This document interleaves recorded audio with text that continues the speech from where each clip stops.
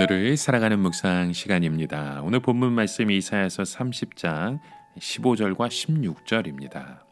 주 여호와 이스라엘의 거룩하신 자가 말씀하시되 너희가 돌이켜 안연히 처하여야 구원을 얻을 것이요 잠잠하고 신뢰하여야 힘을 얻을 것이거늘 너희가 원치 아니하고 이르기를 아니라 우리가 말 타고 도망하리라 한 고로 너희가 도망할 것이요 또 이르기를 우리가 빠른 짐승을 타리라 한 고로 너희를 쫓는 자가 빠르리니. 자, 여러분, 하나님께서 유다 백성들에게 기대하셨던 것이 무엇일까요? 하나님께서 유다 백성들에게 원하신 것이 있잖아요. 오늘 본문 말씀 속에 보면 돌아와 안연히 처하는 것이다 라는 말이에요. 무슨 말씀입니까? 유다가 하나님께 돌아와서 가만히 앉아 있는 것을 원하신다는 거죠. 하나님께서 때리시면 매를 맞고 어려움을 주시면 견디는 것이 바로 사는 길이라는 것입니다. 그 이유가 무엇입니까? 하나님께서 그 백성들에게 어려움을 주시는 것은 반드시 이유가 있으며 유익한 것이기 때문입니다. 한번 생각해 보십시오. 아이가 잘못하면 부모는 아이를 훈계하잖아요. 그래서 사랑의 매를 들기도 하죠. 그런데 아이가 잘못했는데도 불구하고 어떤 약삭 빠른 아이들은요, 벌써부터 엄마가 아빠가 혼을 내기 전에 도망을 쳐버립니다. 부모 입장에서는 때리지 않고 말을 잘 들으면 얼마나 좋겠어요. 그러나 때로는요, 매를 맞기도 하고 훈계를 받아야만 아이들이 그 마음속에 진정으로 우리가 붙들어야 하는 것들을 알고 깨닫게 되는 거잖아요. 하나님께서 아마도 그런 마음으로 유다 백성들을 치고 계시는 것은 아닐까요? 앞으로 몇 번 더 남아있는지 모르겠지만 아수르가 쳐들어올 때마다 지금까지 했던 것처럼 하나님께 기도하면서 막아보는 것입니다. 그러다가 성이 불타기도 하고 또 많은 사람들이 포로로 잡혀가기도 하겠지만 하나님이 주시는 어려움이라 생각하고 끝까지 버텨보는 것이죠. 그것이 안연히 처하는 것이라는 말씀입니다.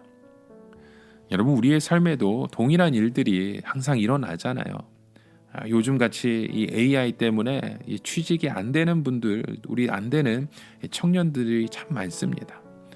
경기가 어려워지면 어려워질수록 우리의 삶 가운데 그런 마음들이 많이 일어나잖아요. 가정도 꾸려야 되고 결혼도 해야 되는데 언제까지 우리가 버틸 수 있는지 참 어려운 시간들이 있습니다. 미래를 전혀 기대할 수 없고 이러다가 내 인생이 끝나는 것이 아닌가. 그래서 우리는 세상에서 나의 어떠함을 자꾸만 증명하려고 하잖아요. 근데 사실 그 모든 과정 속에서 하나님은 우리 안에 있는 그런 불순물들을 제거하는 시간이기도 합니다. 때로는 우리의 교만을 꺾기도 하시죠. 하나님께서 유다 백성에게 요구하신 것이 바로 이것입니다. 맞을 때는 맞으라는 것이죠.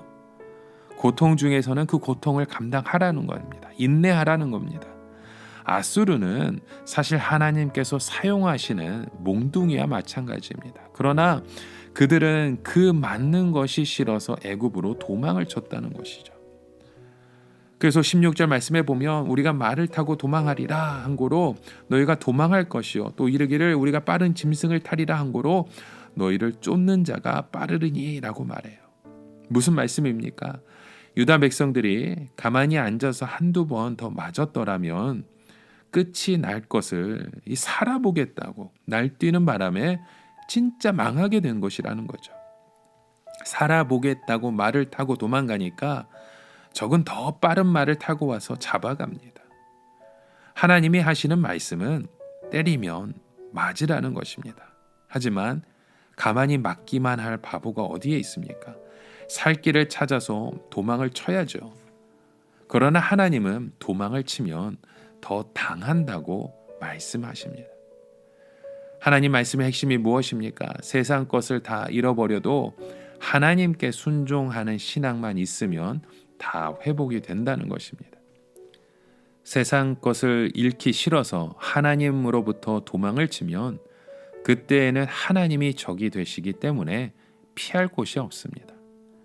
하나님을 피하여 어디로 도망치겠습니까? 하늘로 도망치겠습니까? 바다 끝으로 도망치겠습니까? 하나님이 적이 되시면 도망칠 곳은 없습니다.